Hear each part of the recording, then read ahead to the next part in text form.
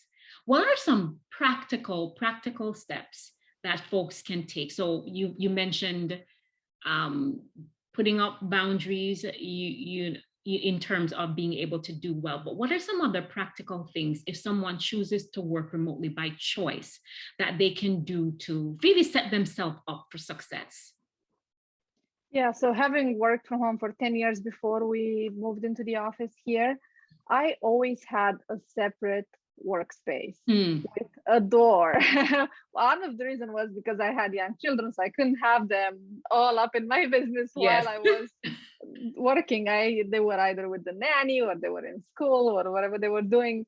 There was a clear separation. When that door was closed, Hmm. I was in there Work working. When time. I was out of there, I was either taking a break or I was done for the day. The door would close, and that was a physical boundary, a physical barrier, and that was it.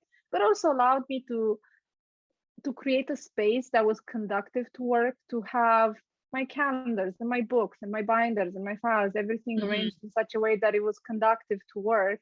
Because if I were to have my workstation and near me I have a laundry basket, I'm going to feel inclined to throw a load of laundry in the washer while I'm waiting for something to Yeah. process on my computer. And Hmm.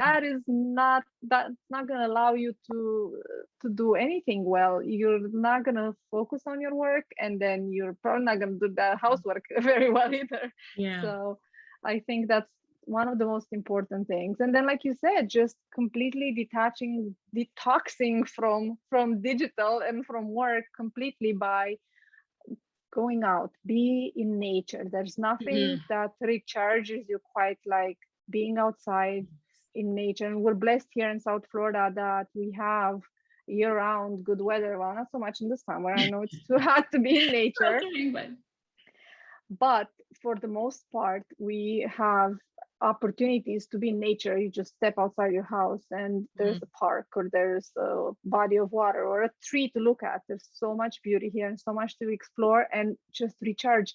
And the benefit to that is that once you go back to doing work, you're going to be more Mhm. recharged and you're going to focus better and you're All going to right. be able to give it your all. Right. So taking breaks throughout the day, because there are some folks that they will stay like myself. If you are on a project, you will stay at the computer from sun up till sundown. So making it a point to schedule your own little breaks to walk around the neighborhood.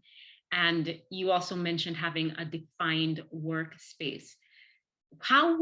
What would you say to someone though who maybe they don't have that kind of space, they don't have a separate room where they have a door that they could close?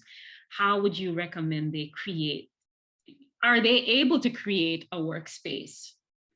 It's more difficult, but I think it's doable. You just have to create a bit of a barrier, a bit of a separation. So if it's a Hmm. corner in your living room, then put up one of those screens, folding screens, something that creates a bit of a barrier. I mean, it's not a wall, but it's better than before. Or arrange your furniture in a way that still shows you that this is my space. Maybe it's your dining room table, and then you have to pack everything up in time for dinner so you can Hmm. reuse it.